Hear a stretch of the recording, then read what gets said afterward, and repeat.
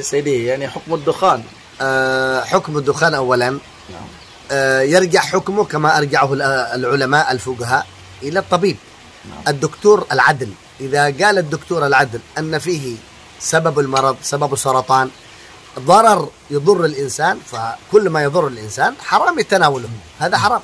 أما إن كان يقول الطبيب لا ما في أي مشكلة ولا يسبب سرطان ولا شيء فحكمه مكروه لأن رائحته لا تحبها الملائكة. كيف مكروه تحريم ولا مكروه تنزيه؟ لا كراهة تنزيه، كراهة تنزيه فقط إن لم يضر، أما إذا كان يضر فهو حرام. ولكن غل حبيب رزق بن شهاب يقول حرام مكروه تحريم، يقول إذا في بغية المرتشدين بغية إذا كان في أماكن معظمة، إذا كان في مسجد هذا الآن كراهة تحريم الآن. إذا كان لا يضر وفي أماكن معظمة كراهة تحريم، أما في شارع غير ذلك فكراهة تنزيه مكروه. نعم. لكن كيف حكم الدخان مباح؟ هل فيه ولا ما فيه؟ مباح. لا كل ما كان رائحته كريهة ليس مباح. ليس مباح. نعم. الله أعلم. لا تدخنوا ممنوع. Jazakumullah khair. Ya, bagi Anda yang menyaksikan channel ini, mudah-mudahan Allah membuka hati Anda untuk berinfak atau berdonasi ke pondok pesantren kami, Yayasan Sirajul Mustafa Nahdlatul Wathon yang bertempat di Dusun Erot Daya, Desa Kalijaga Timur, untuk membangun gedung asrama belajar untuk para peserta didik kami, ya, untuk para peserta didik kami. Dan Anda yang menginfakkan harta di jalan Allah Subhanahu wa taala, maka itu adalah amal jariah. Amal jariah itu adalah amal yang terus mengalir meskipun antum sudah dipanggil menuju Allah Subhanahu wa taala sampai akhirat, sampai masuk surganya Allah Subhanahu wa taala. Assalamualaikum warahmatullahi taala wabarakatuh. Alhamdulillah wassalatu wassalamu ala sayyidina Rasulillah Muhammad ibn Abdullah al-qaimi bihuquqillah ma daqat illa wa farajahullah. اللهم أصلح أمة محمد صلى الله عليه وسلم وفرج عن أمة محمد صلى الله عليه وسلم وارحم أمة محمد صلى الله عليه وسلم وانشر أحفاظ وأيد نهضة الوطن في العالمين بحق سيدنا محمد صلى الله عليه وسلم. سبحانك لا علم لنا إلا ما علمتنا إنك أنت العليم الحكيم. رب اشرح لي صدري ويسر لي أمري واحلل عقدة من لساني يفقهوا قولي وبعد. فيا أيها المشاهدون الكرام, pemirsa di mana saja antum berada, kami tetap doakan mudah-mudahan antum semua tetap dalam keadaan sehat dan afiat, dipanjangkan umurnya, dimurahkan rezekinya, dikabulkan segala hajatnya, hajat dunia maupun hajat akhiratnya, dan mudah-mudahan Allah Subhanahu wa taala menetapkan iman di dalam diri kita, di dalam hati kita, sehingga kita menjadi manusia yang benar-benar mencintai Allah dan Rasulnya. In kuntum tuhibbunallaha fattabi'uni yuhibbukumullah wa yaghfir lakum dhunubakum.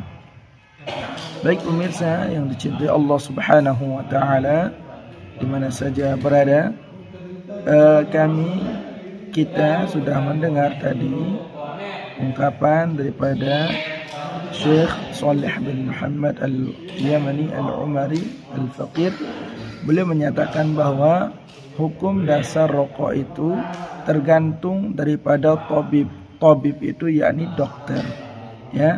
Berarti hukum rokok itu kembali kepada personal seseorang. Personal seseorang itu, jikalau dia itu kata dokter tidak apa-apa, tidak memberikan mudarat di dalam dirinya, maka hukum rokok itu kembali kepada makruh, ya, kembali kepada makruh. Akan tetapi bukan makruh tahrim, melainkan makruh tanzih, kata Syekh Soleh tadi. Nah, itu hukum rokok, ya.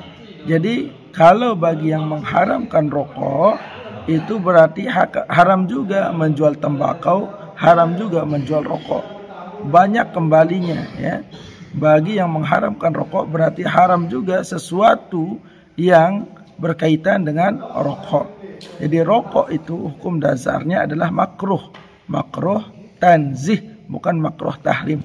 Kapan dia akan menjadi makruh tahrim? Kata Syekh Soleh tadi, jikalau merokok di tempat-tempat yang dimuliakan, seperti di masjid, seperti di tempat-tempat yang dimuliakan, maka itu hukumnya makruh tahrim.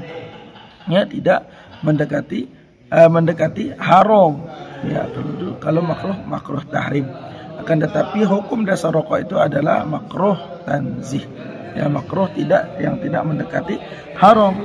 Hukum rokok itu kembali kepada personal seseorang. Jikalau dokter mengharamkan dia merokok, maka rokok itu haram bagi diri orang itu.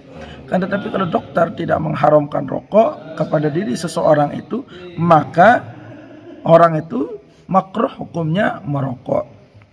Nah, di sini kami menilai bahwa saudara Heri Pras ini mengharamkan rokok. Ya boleh-boleh saja, sah-sah saja, ya sah-sah saja.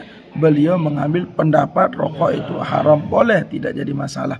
Bahkan ada juga pendapat, ya ini pendapat ulama. Ini kalau kita berbicara masalah fikih, itu bicara masalah furu', ya boleh sah-sah saja. Antum mengambil kunut dan tidak kunut boleh. Antum mau salat subuh dengan kunut boleh. Antum mau salat subuh dengan tanpa kunut boleh. Tergantung mana madhab yang antum ambil. Ini masalah furu'iyah. Dan rokok ini merupakan bagian daripada furu'. Kenapa? Karena membahas fikih.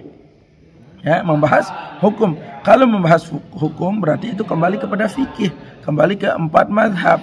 Ya, boleh Habib Rizik mengatakan makruh tahrim atau hukum haram, boleh, tidak jadi masalah. Ya, kami mengambil pendapat imam yang lain juga boleh, tidak jadi masalah. Ini masalah furu'iyah.